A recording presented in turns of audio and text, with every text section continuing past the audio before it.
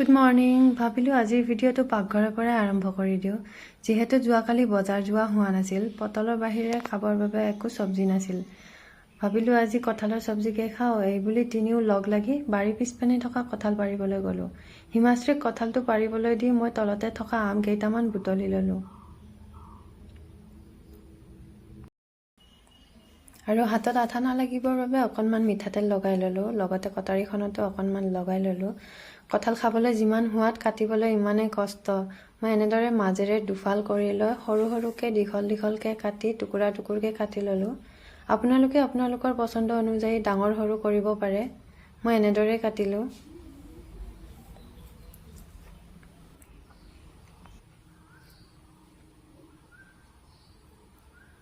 আৰু এনেদৰে কটা হোৱাৰ পিছত মই ভালদৰে পানীৰে ধুই কুকাৰত 4টা চিটি মাৰিবৰ বাবে এৰি দিলোঁ। লগতে অকণমান নিমখ দি ল'লোঁ। আৰু মছলাৰ বাবে আদা, নহৰু, জলকীয়া আৰু অকণমান জিৰা পিচি ল'লোঁ।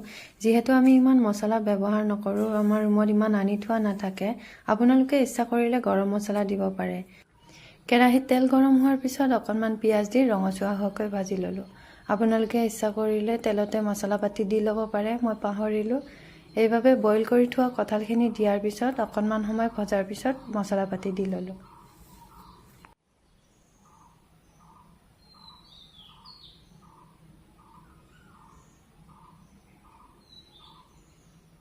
মই বইল কৰোঁতে অকণমান নিমখ দি লৈছিলোঁ, এইবাবে অকণমান কমকৈ দিছোঁ। আপোনালোকে আপোনালোকৰ সোৱাদ অনুযায়ী দিব পাৰে।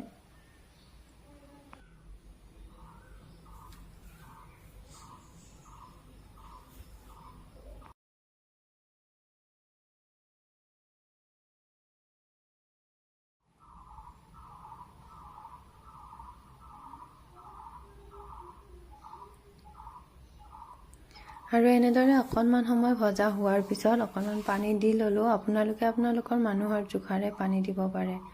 যিহেতু ইমান পনীয়া হ'লে চব্জিখন খাবলৈ ভাল নালাগে, সেইকাৰণে অকণমান কমকৈ দিছোঁ।